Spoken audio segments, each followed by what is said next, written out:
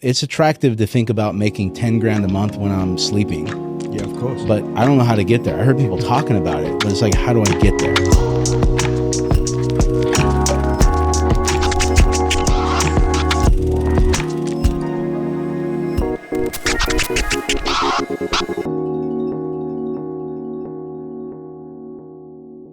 Hi, and welcome to Storia, where storytellers disrupt. I'm David Norona. And I am Fabiano, Altamura. That's the sexy monster voice, apparently, we're trying out today. Please remember to like, subscribe, follow, and give us that 5-star review. Brother, who do we have in the hot seat Today we have episode 2 with one of my best mates, Chris Lamm. And today we're going to be talking about practical aspects of financing. In the last episode, you heard a lot about his story and how he wasn't grown up with a silver spoon in his mouth. It was like a wooden spoon. It was like, at best, yeah, a wooden spoon. Rusty. And how he overcame addiction and how he became this wholehearted businessman that he is today, a passionate lover of Jesus. So we're excited, dude, to get into the practical aspects of, like, you know, not only do you make money for yourself, you make money for other people, but you coach people in how to do it and you teach them. So what does that look like for you? What practical advice? It's not just giving advice to artists on stewarding money, but this is for anybody watching this. But, like, tell me about how you steward your finances and some amazing practical steps about people with a lot of money or people with not a lot of money can steward their finances. Yeah, that's good. I think the first thing that people have to do is they have to decide that that's what they want to do. You know, it's like without a vision, we fail, right? And so you have to have a vision for that. And I know for me growing up, part of the challenge was I had a lot of emotions around money. And we've talked about that before. All of us have. And so. But talk to us a little bit about that for those that didn't hear, Money Hole and those episodes that you've shared with Fab and I. Talk to me about this emotional component around money. What does that mean? Well, I mean, if you talk to anyone and you ask them how they feel about their finances, or if you ask them if you could look at their finances, you know, they either have feelings of look at me or shame. It's like your history on your browser. It really is. It totally is. Yeah. It just shows there's something about our money that is highly emotional. And for a lot of people, it's shame. And then we have belief systems about money. Like I was a part of a church at one point where the message that was kind of being sent was, in order to follow God, you had to be broke. And otherwise it wasn't real, you know? And I hear stories all the time where people had very similar belief systems. There's people that think that the money is the key to happiness, which is not true, right? So I think just getting around exposed to holistic, healthy finances, which there's a lot of places to find that now, and to understand that financial freedom doesn't mean you're free. It just gives you the options to do things that you might not be able to do right now. And for example, if you want to start a business, if you want to start a podcast, if you want to leave your employer to go to another company, the limiting factor for most people is always, I can't afford that. And so getting really clear that you want to be able to afford making decisions to improve your life and the quality of your family's life, and knowing that that is not a bad thing, that is a good thing, is number one. And from there, figuring out the how is what I usually try to help people with. So I hear you say vision. First, you have to be able to envision. And for a lot of us, maybe we're limited by our childhoods, by our parents, their finances. Also, mindsets as well that are just kind of, I also hear you say that we first have to maybe notice what we actually feel about money that might even be unconscious. How do you get people to uncover that? Are there questions you ask them? How do we get to notice what's happening inside us? Where are the clues? I think you got to ask yourself some questions. A couple good ones are, what is your belief about money? Like, what does it really mean? I'll give you an example. I went to a Tony Robbins event about 15 years ago, and he said, your limiting beliefs are literally dominating everything you do in life. And he said, I want you to write down the two that come to mind that are probably the biggest ones. And at the time I wrote down, I don't believe I can have money and follow God at the same time. Wow. And the second thing he said was, the truth is the exact opposite of your limiting belief is probably what's closest to truth.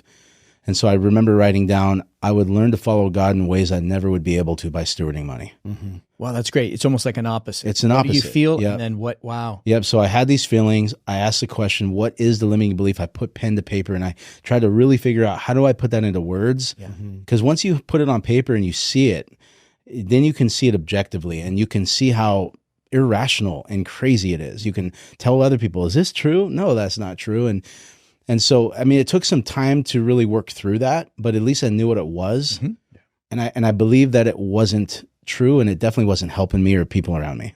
Yeah, you know what I find is, I don't know about you, but sometimes you go your entire life not asking the simple questions. And sometimes the simple questions, man, are the door to doing everything. You just don't, you're not even conscious. Yeah. And I think as well, there's so much bad teaching around money. Oh, yeah. The root of all evil. What is it? The love of money is the root of all evil. Or money is the root of all evil, not the love of money, what it says in scripture, right? Which is just not true in the church. And I think that, we, with that mindset, it's obvious that it's going to lead into bad habits. But a lot of Jesus' teaching are around the stewardship about finances. So like, what are the first steps? Like, a lot of artists, whether you're a hobbyist or a professional, at times it's feast or famine, right? So somebody who may not have like a constant income, a regular income, because they're an actor, they're a producer, whatever. What advice would you give? Like, what's the first step in actually taking control of your money? Yeah. Well, I think information is important. So there's, understanding what passive income is really important for people, because if you understand that you can create investments that will replace your income or pay your mortgage or cover your life expenses, that is attractive, right? So in the book Atomic Habits, they talk about creating new habits, make it easy, make it attractive. It's attractive to think about making 10 grand a month when I'm sleeping.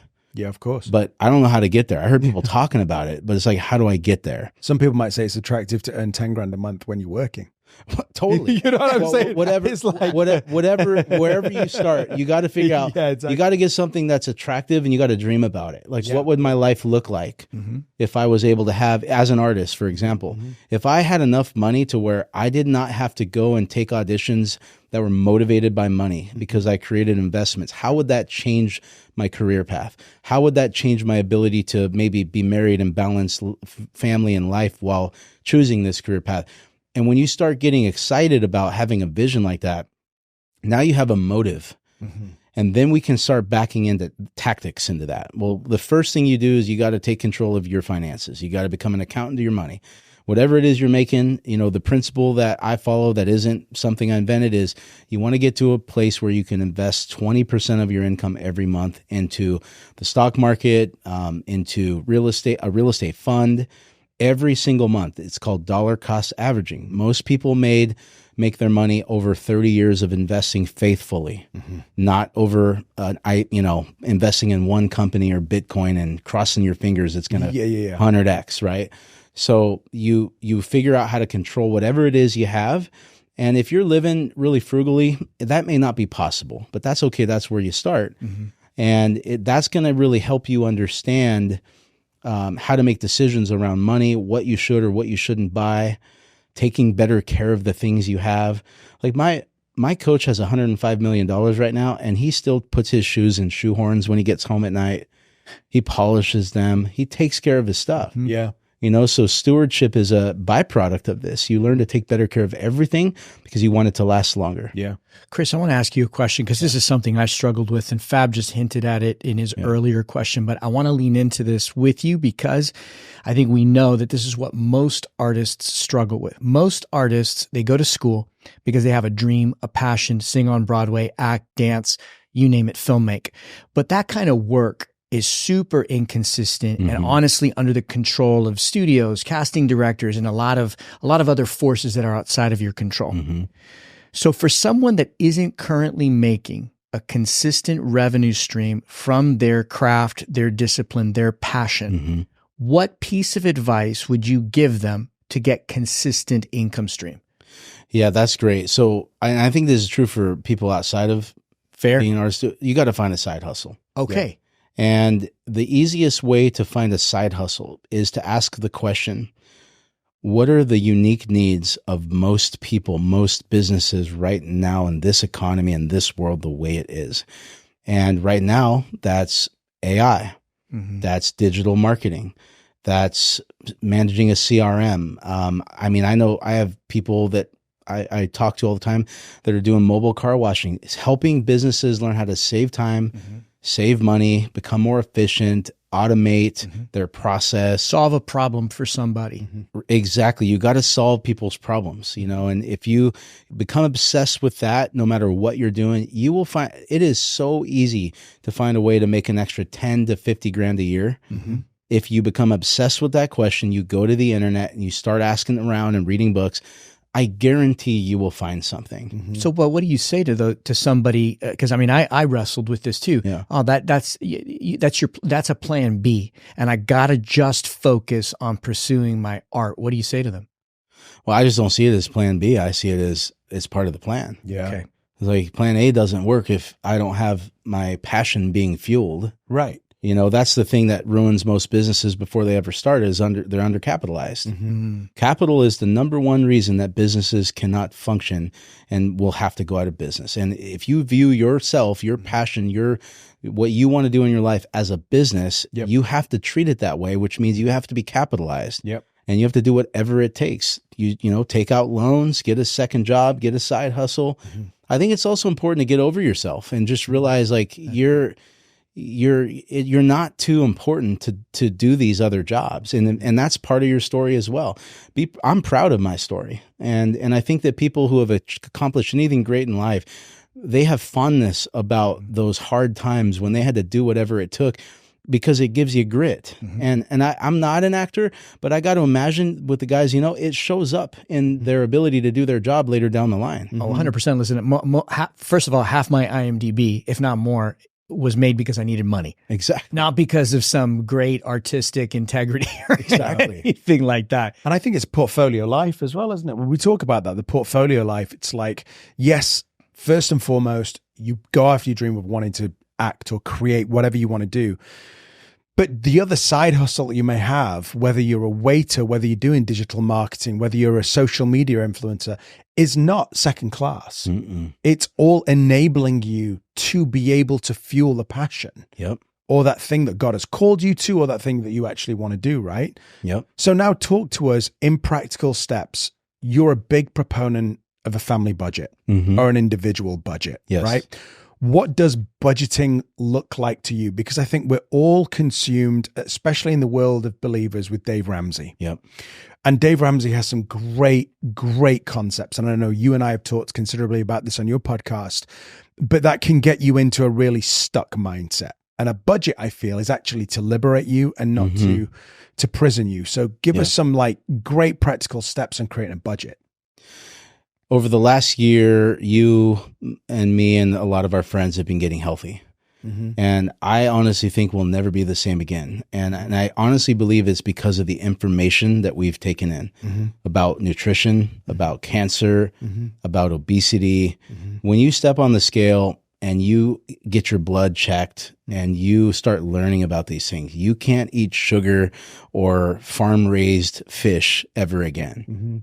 Well, with money, it's no different. When you start paying attention to how your behavior is actually harming your ability to get where you want to go, or your wife or your kids' ability to get where they want to go in life, and you just become faithful with that one discipline of once a month, sitting down and tracking the dollars and knowing where it's all going, no matter what your vision is, it's going to change the way you spend your money.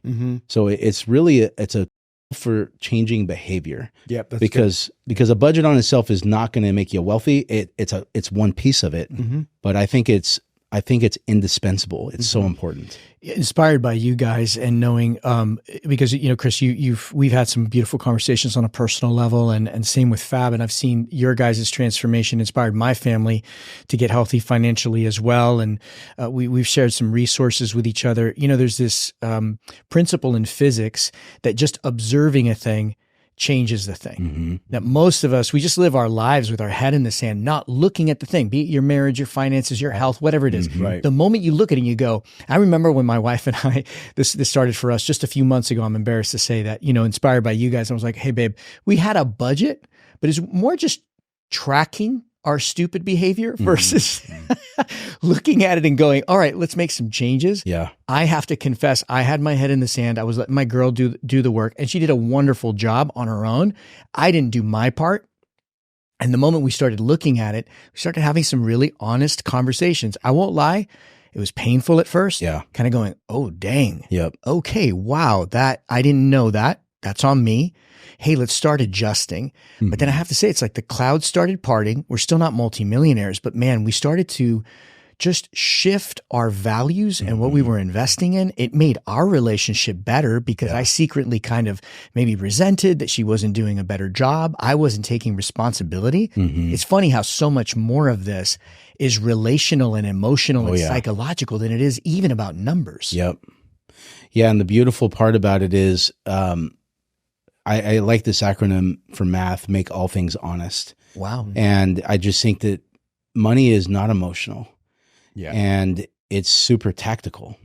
And it does whatever you tell it to do. Right. Yeah. And so when I was meeting with one of my staff members this last week doing her budget with her, and we're making it a goal that she has $15,000 in reserves. And she showed me her budget, and I was like, hey, you're doing pretty well. Your income's solid. She's got 2 side hustles right now.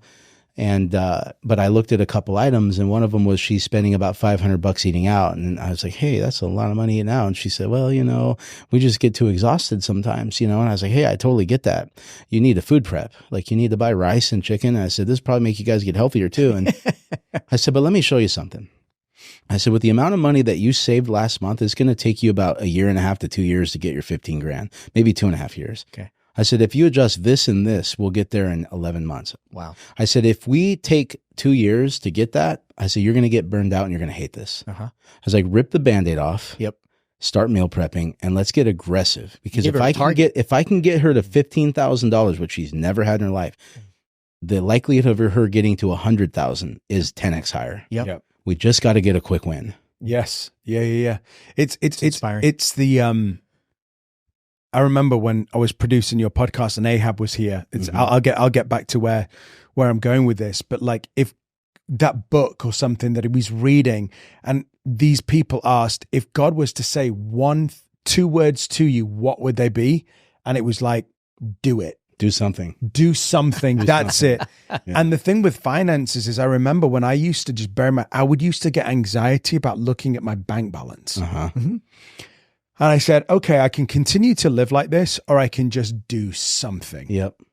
So I just literally 15 minutes every day. And people go, well, that's a waste of time. Why are you doing it 15 minutes every day? Because I knew that 15 minutes every day would actually get me over the fear of looking at it. Then when I did it, I started to get excited to look at it. Yeah. Didn't mean I was earning any money, but I could see where things are going, because a lot of the time you find people come up to you and go, I can't afford it. But then they're at Starbucks every day or at Theory every day buying a $5 to $6 latte. Yeah. And that's 7 days a week. And I'm like, that's already $150, $200 a month. Yep. You know what I mean? Which is a lot. I mean, if you get the Compound app, I recommend everyone downloads it, and you put what you have, and you can play with it. You can put $100 a month for 20, 30 years with an 8% return, which is about the average of the S&P over the last 50 years. It will show you how much interest, number one, you make in the long game because of the interest on interest, but it will really quantify how much that giving up the Starbucks will make a difference in the end. And you'll be healthier, because those things are full of sugar. I mean, these are like, these are habits that like you just said, David, it helped you and your wife connect more. I mean, there's so many cool things about it that come out of it, and you just have to start, to your point. You have to start somewhere, and it ends up becoming a beautiful thing. Yeah. And it ends up not even becoming about being wealthy in the end. No, but it's about who you're becoming. Right. It is. And I read a book called The $2.4 Million Latte or something like that, or The $1 Million Latte. It's like, if you buy a latte every day for 20 years, the money you've spent compounded. Did you just say you wrote that book? No. I read it. I read it. He did, using ChatGPT. Exactly. Now it's funny because I got to do this with my boy. He actually works at the Chick-fil-A that our friend Ahab owns, and he's 16 years old. He's making minimum wage. But, and he went for it. He bought himself the stupid, the headphones and the thing. I let him get it out of his thing because he's 16 years old. He's never had it. But I said, hey, do the first thing where you splurge a little bit and you get this thing out of your system, and then we're going to sit down and we're going to have a conversation. And he's actually into the financial industry, thinks he wants to go in that direction. So he started to scope out. Right now, we just decided to put him in a little bit of a, kind of a Vanguard fund or whatever, just to start. He has another little stock that he's playing with. He's got a little play fund where he wants to do something a little bit more aggressive. But here's the deal. I said to him, all right, so how many hours at Chick-fil-A did you have to work to get the first $500 that you put in the stock market? And so we calculated it. And I said, now imagine this. You go out, you buy yourself some headphones, that money's gone. Boom, in a couple of years, that thing will be dead. Yeah. But those 5, 6, 10, 15 hours that it took you to earn the $500 at Chick-fil-A, if you just leave it in the account and never put it, and he went ahead and he calculated how many thousands and tens of thousands of dollars those 10 hours at Chick-fil-A as a 16-year-old would become, it just kind of blew his mind. So now he's at $1,000. Yeah. And he's 16 years old. That's amazing. Yeah. And he's on a plan, man. That getting people in started young. I mean, the time horizon's the biggest factor here. Yeah. So the earlier you can get people this information, the better. But I also want to say it's never too late and you're never too old. Yeah. And I'm not just saying that because that's wishful thinking. I have friends in their 50s that came into our coaching program who have set records no one believed. You know, I mean, they did work harder, faster, and implemented quicker because they had a lot more pressure and desperation. Yeah. But you're never too late to this, and ignoring it is only going to make it worse. Yeah. So. And it's not about the get rich quick scheme. It's about, like you say, slow and steady, right? Yeah. It might not look the most sexy or the most glamorous, but I think tried and tested habits, systems, practices, that eventually is going to the habits and the behavioral changes are what make you rich. Yeah. It really is changing the behavior. And that's the biggest aha for me, even out of doing 75 hard. Yeah. Like, it wasn't a fitness test. It was a mental test. It helps you realize how much you can actually pack into a day, that you can read 10 pages, do 2 workouts, drink a gallon of water while being a dad of 3 kids, a husband, and a business owner and a coach. You can do it all and get enough sleep. Yep. That's true. Chris, what do you say to somebody here as we begin to wrap the episode, kind of leaning back into artists? So artists tend to be sometimes, on average, a bit impulsive. It's part of what allows them to be creative. It's what we call creativity, is that we do weird things on a dance floor, in an acting studio, on a stage. We do things that normal people, as I call them, don't normally do, become other people, paint things that don't exist. So what do you say to the artist who feels like he's, I don't do that financial thinking. I don't do math. I'm a creative. What challenge? What would you say to that, who says, I'm just wired different than you? Well, first I would say you do buy things, right? And I'm sure you like the things you buy, and I'm sure you would like that to continue on. And I would say, so I think we're wired the same that way. I would try to find the places we are wired the same and make a connection point for them, and just say, look, I'm not trying to tell you to be wired like me. We're not wired the same in a lot of ways, but the one thing is we need to provide. And we need to be able to pay bills, and and if you want to be able to do that thing you love more, and to be uninhibited, then you really need to become an accountant of your finances. So this is a skill you really need to learn. And then I would probably give them tons of examples of people I know who are creatives who went broke, and they were forced. Well, exactly, guy. I mean, that's the deal. It's like let me give you some stories of people who were forced out of the thing you're trying to do so hard right now because they didn't pay attention to this early enough. Let me give you their phone numbers.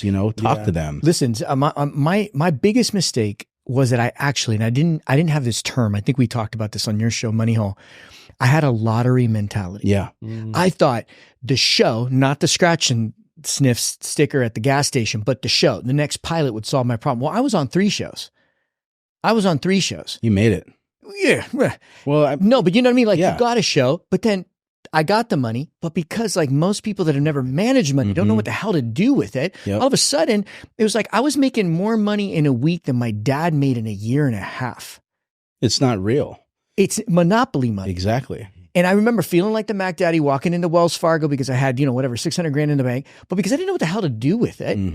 Other than, okay, well, I'll buy my house. I'll do a thing. I mean, I was never crazy. I didn't go out and buy cars. But The problem is because I didn't know what to do with it. I still had that poverty, orphan, lottery mentality. Like everybody that wins the whatever money you win in the lottery, you blow it. Yeah. And that's the cost of not thinking of yourself like a business. Exactly. Yeah. So I think you have to learn to look at your family household as a business. Wow. Yeah. And any business that doesn't take a regular inventory will go broke. Yeah. You have to face the unsellable goods and the ones that are selling well, and you have to get rid of the losers and keep the winners if you run a business. Well, that is no different for our personal household. Yeah. We have to face the music and we have to take inventory, and that's what a budget is. And then when you start investing, because a budget alone will not make you wealthy, it will help you get there. But when you start investing, you have to learn about making sound investments, which is a whole nother podcast. But just to simplify it, you got to be really careful there, because there's a lot of people out there giving really, really bad advice. And I would just say, if it seems too good to be true, you probably should stay clear of it. Yeah. If it seems really new, you should stay clear of it. There's Tony Robbins just wrote a book, and he interviewed the 4 wealthiest and most infamous hedge fund managers in the world independently. And he asked them all for their top 4 things that they would do if they were to invest their money. And I love it. And they all had the same number one, and that was don't lose money. Mm-hmm. And the reason why that's so important is because if we lose $100,000 today, we actually have to make up more than $100,000, because we're losing out on that time horizon of the interest, right? And the second one, I believe, was diversification. Diversifying your investments into multiple things. You don't want to have all your eggs in one basket. Which, by the way, to the creative is like, well, hey, not just your art, but your side hustle. Exactly. That's diversification. Exactly. Yeah, exactly. And then the other one, I believe it was around dollar cost averaging, is invest all the time, good or bad market, just move, and that will help you remove the emotions from it. And I just think that those are principles that have been around and tried and tested so long. You really want to try that. And if someone gets into investing and they get into it 5, 10, 15 years, you're going to hit a home run every now and then. Yeah. But you definitely don't want to start out your whole journey with that mentality. It's going to set you up for failure. Okay, so books then, so that for our viewers. The Millionaire Next Door is a story about a man who was on a UPS salary who retired with $7 million by dollar cost averaging. That's a great book to start. And again, dollar cost averaging is just investing some increment of money consistently every month in some sort of modest. Put it on automatic. Make it attractive. Make it easy, right? The other one would be Rich Dad, Poor Dad. I would say The Richest Man in Babylon. It's a good book. It's an interesting book, but yes. Yeah, it is interesting. It's all stories. The Rich Dad, Poor Dad is actually on the other side, which I think are part of both of your dual strategies, which is dollar cost averaging in the stock market, but then also investing in real estate. Diversifying. Yeah, I have a lot of friends that are heavy in real estate, and I have a lot of friends who are heavy in the stock market, and I like having a little bit of both. Sure. Yeah. Sure. Chris, so those would be some good starting points. Yeah. Okay, great. I love the way that you look at money and people, brother. It's so clear to me that moment that you had on the highway, I think you actually did end up doing missional work in Africa. Yeah, for sure. In so many ways, this is your mission field. Yeah. What you do for people every day. Thanks so much, man, for your heart. Thanks, appreciate bro. it. Really appreciate it. We hope you're blessed by this. If you don't have your finances in order, the first thing you can do is start looking at them every day until you build up that habit so that you can overcome that fear. Great to see you. See you soon.